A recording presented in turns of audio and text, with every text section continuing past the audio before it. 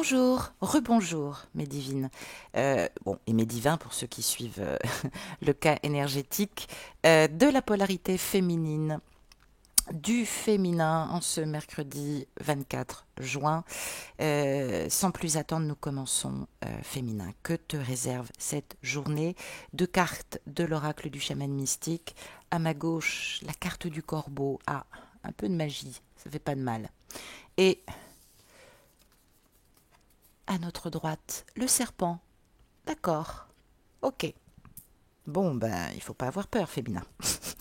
Alors, cette carte du corbeau, tu le sais, je pense, je crois que j'en ai déjà parlé, c'est le gardien de la loi universelle, mais surtout de la loi de la vérité. Il va t'enseigner ce matin, justement, à joindre le geste à la parole, à trouver la conformité entre ce que tu prétends être et ce que tu es réellement, féminin. C'est vrai que cet animal, il insiste aussi sur le fait que nous devons dire la vérité et la créer au lieu de la chercher, et que nous devons apporter la vérité à chaque situation dans laquelle nous nous trouvons. Alors cette carte du corbeau, évidemment, te dit la vérité et que tu dois t'appliquer dans tout ce que tu dis, parce que finalement, très souvent, ce que tu dis est vrai. Et puis après tu le lâches.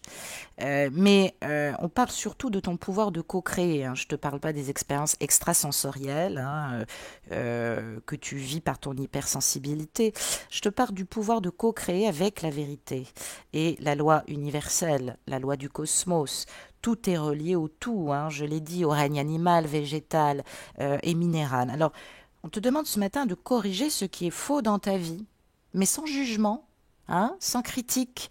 Laisse la vérité te libérer. Hein.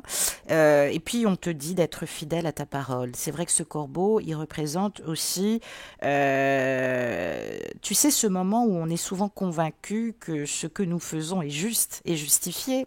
Je sais, attention, tout est relatif, mais en tout cas dans le cas qui te préoccupe et dans le domaine qui te préoccupe, voilà, il faut faire très attention avec cette vérité relative, puisque l'adage qui dit que toute vérité est bonne à dire, eh bien non, toute vérité n'est pas bonne à dire.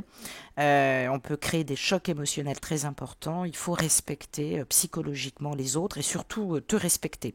Alors, on te dit que effectivement tu as tendance à travailler avec les domaines supérieurs et la vérité absolue, mais on t'invite à regarder profondément dans ton cœur et à faire preuve de vigilance, sinon tu pourrais te convaincre de quelque chose qui n'est pas profondément vrai pour toi. Peut-être que tu crois que c'est la fin des haricots, peut-être que tu crois que tu es manipulé, on te dit qu'il n'en est pas question, on te dit simplement que on peut très bien ne pas se connaître et commettre des erreurs. En tout cas, on te montre là que oui, on n'est peut-être pas dans la vérité la plus élevée ou la plus absolue. Peut-être aussi que quelqu'un près de toi, pour ne pas le nommer, ton masculin, se berce d'illusions, mais toi ne te berce pas de ses peurs. Hein. Reste dans ton authenticité, j'ai envie de dire, tu as le droit de l'aimer. Hein. Mais voilà, ne t'enferme pas aussi dans cette magie. C'est vrai que le féminin a ce pouvoir comme ça de séduction magique qui à un moment donné se retourne contre elle. Avec cette carte du serpent, on appuie sur un fait, j'allais dire presque essentiel, c'est la force de vie. Hein. Le serpent, il vit avec la terre-mère, hein, il vit avec Gaïa, il vit avec la Pachamama. Et c'est vrai que ce serpent-là, enroulé, il peut nous faire penser à la Kundalini, hein, qui apporte la passion, mais qui apporte aussi la guérison et le renouveau. J'aimerais bien, mes petites chéries, que vous arrêtiez de me parler de la Kundalini uniquement par la montée puissante sexuelle. La Kundalini, avant tout, c'est une énergie puissante que nous donne la Pachamama et la Terre-Mère et Gaïa, justement, quand nous travaillons notre unité. La Kundalini, elle apporte pas que la passion, elle apporte aussi la guérison, le pouvoir guérisseur et le pouvoir de transformation et bien évidemment d'accomplissement. Donc là, on t'offre un peu cette connaissance, hein. C'est comme si tu avais avec toi le fruit de l'arbre de la connaissance et du jardin d'Éden. Et on te rappelle de te débarrasser de ce passé, de tout ce qui a été si négatif, que ce soit avec ton jumeau, que ce soit justement dans tes expériences passées. Il faut te débarrasser de ta vieille peau fatiguée, hein. Il faut muter toi aussi, ma chérie, hein. La féminine aussi, elle peut des fois tarder à muter, hein. Ne t'enferme pas dans un positionnement lourd, dur et sévère. Le serpent t'offre et t'a offert effectivement le fruit défendu, mais ce fruit défendu, à ton avis, est-ce qu'il n'est pas là pour te libérer justement de tes passions destructrices et te faire évoluer en toute créativité? Eh oui, réfléchis. Alors c'est vrai que la puissance du serpent dans la Kundalini vibre dans tes chakras. On te demande gentiment d'accueillir et d'en accueillir ces mystères. Mais débarrasse-toi de cette vieille peau d'autodestruction, celle qui s'attache, celle qui ne te permet pas d'apprécier toi aussi la délicate peau rose de ton bas-ventre, celle qui ne te permet pas de faire de nouvelles expériences de vie.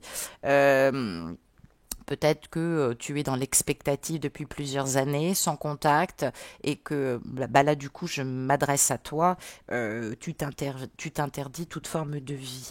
Donc, c'est une guidance générale. On s'adresse peut-être à toi qui vis dans ton coin sans communication depuis un an. On te dit aussi que la passion, peut-être aussi pour les autres, la passion et la sexualité s'éveillent.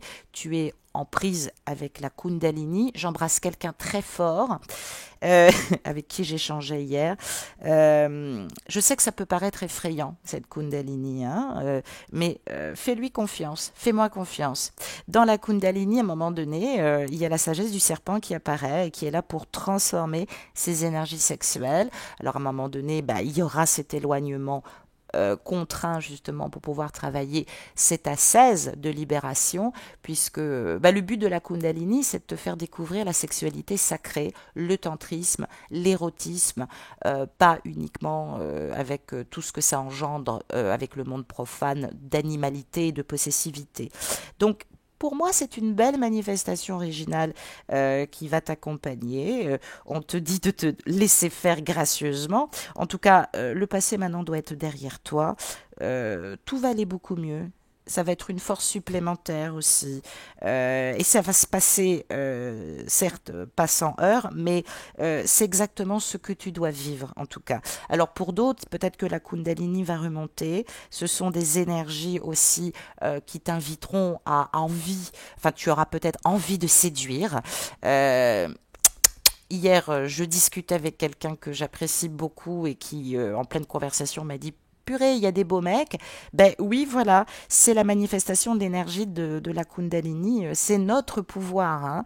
Pas de séductrice et de manipulatrice. C'est notre pouvoir d'érotisme et de magie sexuelle, hein, que Isis refusait aussi parce qu'elle bon, elle était dans le dogme d'utiliser et que Nephthys Hathor, Hathor, hein, et non pas Hathor, a fortiori elle avait tort, à utiliser. Donc, on te dit de te laisser séduire par ta Kundalini et aussi par tes propres idées, fantasmes, ma chérie. C'est pas grave si oh puis merde si voilà t'es dans une période où tu te caresses un peu plus, c'est pas grave, autant le dire, on est entre femmes, enfin en tout cas on s'en fout. Voilà ce que je voulais dire. On va se pencher un petit peu sur la mélodèque parce que évidemment, sur un aspect général, ça peut nous parler de Lilith et de ta lune noire avec lequel tu vas te battre, ma chérie, toi qui es peut-être au début du parcours. Alors peut-être que tu restais sans contact et si ton masculin revient, eh ben tu vas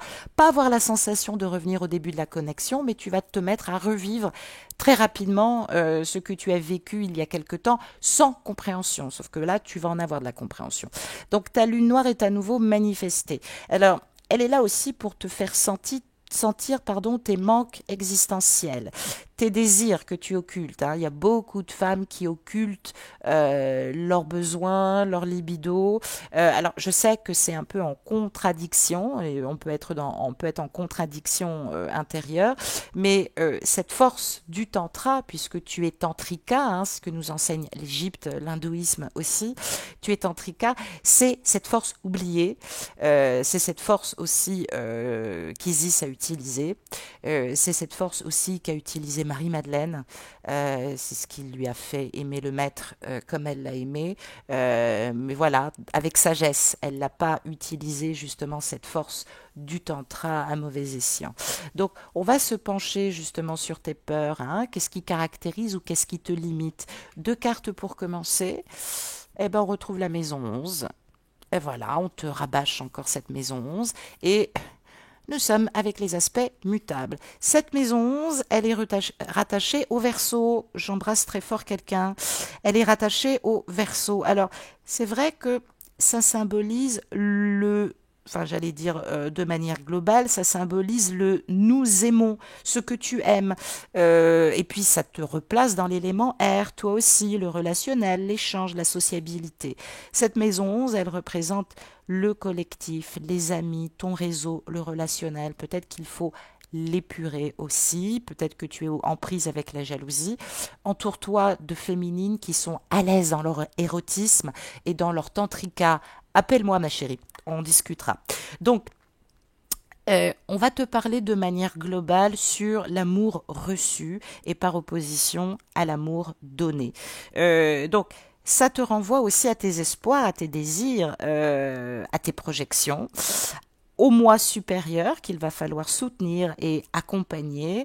On peut te parler de nouvelles rencontres amicales avec des amis comme ça dont tu vas nourrir vraiment une passion folle, un amour pur. De toute façon, nos amis, nous les aimons. C'est toujours de l'amour. Les filles, je vous embrasse très fort parce que je vous aime. Donc, on est vraiment dans cette espérance d'inventivité, de créativité, de vouloir être entouré de femmes comme ça qui ont du caractère, j'allais dire. Alors, peut-être que tu as envie de rentrer peut-être dans un club comme ça de nénettes que tu construirais. Peut-être que tu as envie de créer un syndicat des tantrikas. En tout cas, c'est une grande question auquel je réfléchis en toute modestie.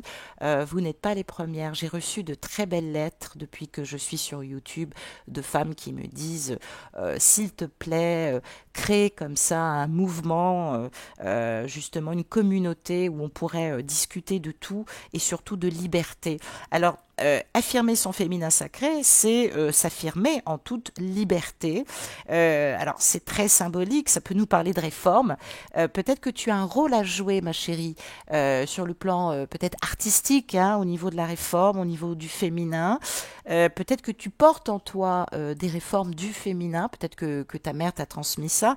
On parle de la fusion du moi intérieur, hein, par le moi inférieur. Alors oui, tu vas passer par des ressentis de jalousie, de possessivité, mais justement pour pouvoir fusionner symboliquement avec tout ça. Et avec Uranus, hein, la planète du Verseau, c'est-à-dire être plus libertaire. Alors, on te dicte un comportement, j'allais dire, plus en camaraderie, en groupe. Tu as peut-être envie, justement, tes intuitions aussi te conduisent à ça, à travailler peut-être avec des femmes, avec d'autres femmes. Peut-être qu'il faut que tu t'entoures d'autres femmes. En tout cas, il y a un lien là qui se crée avec d'autres femmes. On parle d'intégration, on parle de collectivité. On parle pas de ton masculin, mais on parle justement de cet effet de transit. Inspire-toi. Peut-être que tu as besoin, je sais pas, si tu es dans un collectif artistique, peut-être que ça serait intéressant que tu rentres dans un groupement de femmes. Peut-être que tu dois créer peut-être des femmes comme ça haut en couleur. En tout cas, dans ta mission, j'allais dire, tu es tenu justement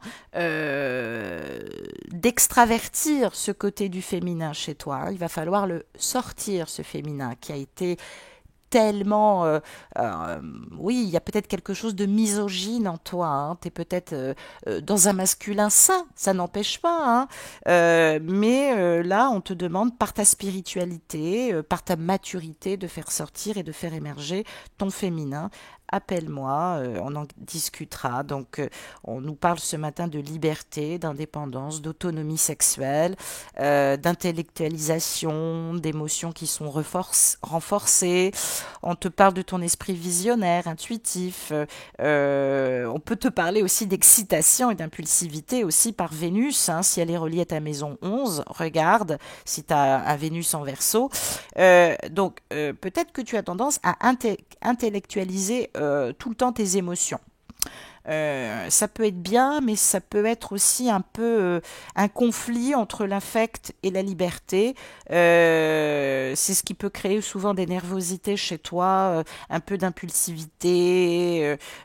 Donc là, il faut justement, alors oui, tu as un côté un peu avant-gardiste que tu as tendance à trop intellectualiser. Moi, je sais, je fais la même bêtise parce que bon voilà je suis reliée aussi en signe d'air mais on te demande d'être mûr on te demande d'en parler de cette maturité du féminin, hein, de la faire sortir.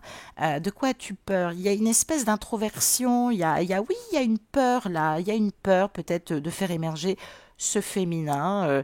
Bah toi aussi, hein, on te demande de l'intégrer, ce féminin. Hein, c'est très important pour toi. Il va accroître. Rends-le un peu spirituel, rends-le, toi qui as été peut-être un peu déçu. En tout cas, il y a de l'émancipation par le féminin sacré ce matin, peut-être par rapport à une éducation du féminin un peu autoritaire. Cette lune noire, elle peut te relier évidemment à ta mère. On nous parle de sentiments de rejet, d'exclusion, mais tu es quand même formidable. Ça t'a pas empêché de travailler cette intégration en toi et cette originalité.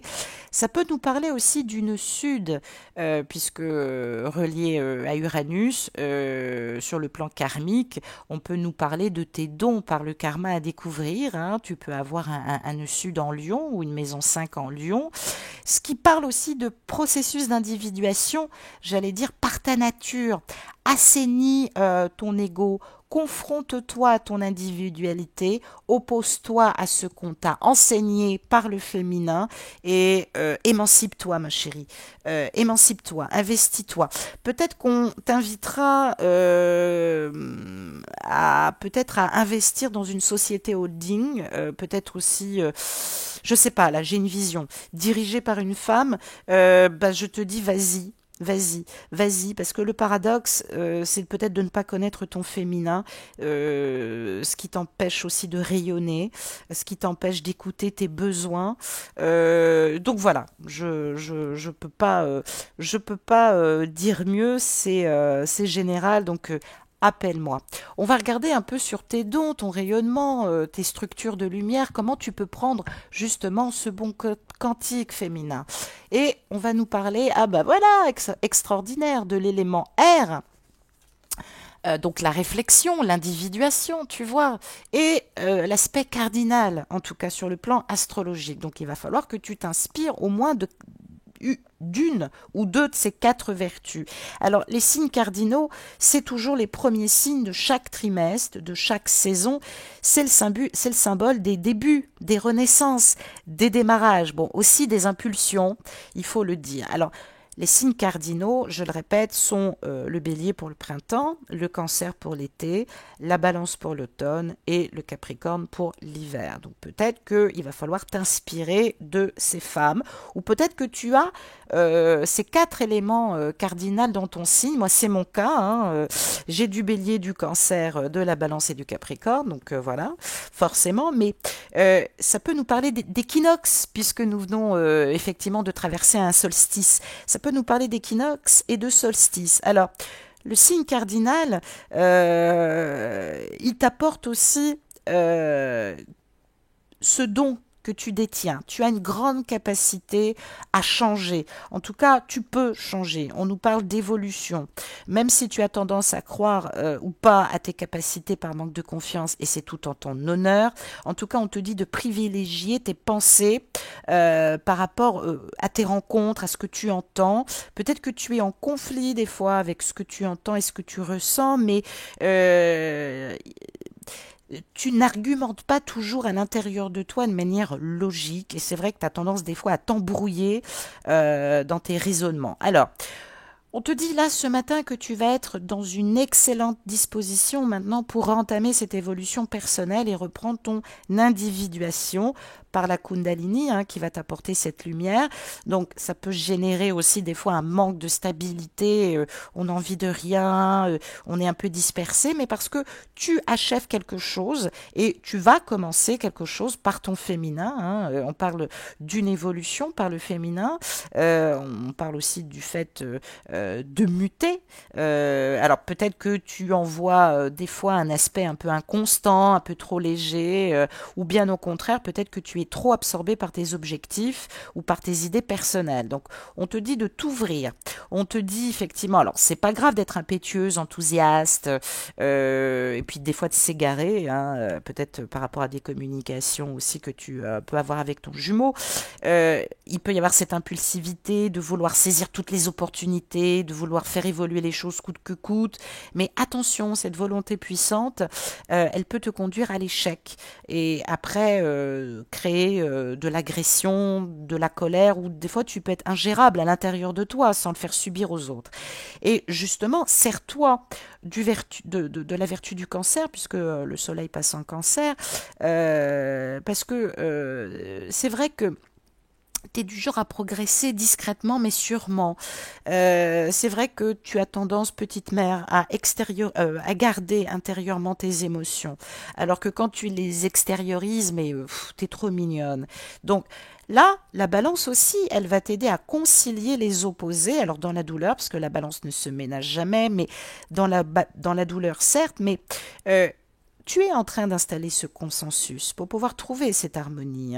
Développe ce sens de la diplomatie, du compromis avec toi-même afin de mieux accepter les événements. Arrête d'être cyclotimique, arrête de croire qu'un échec peut arriver.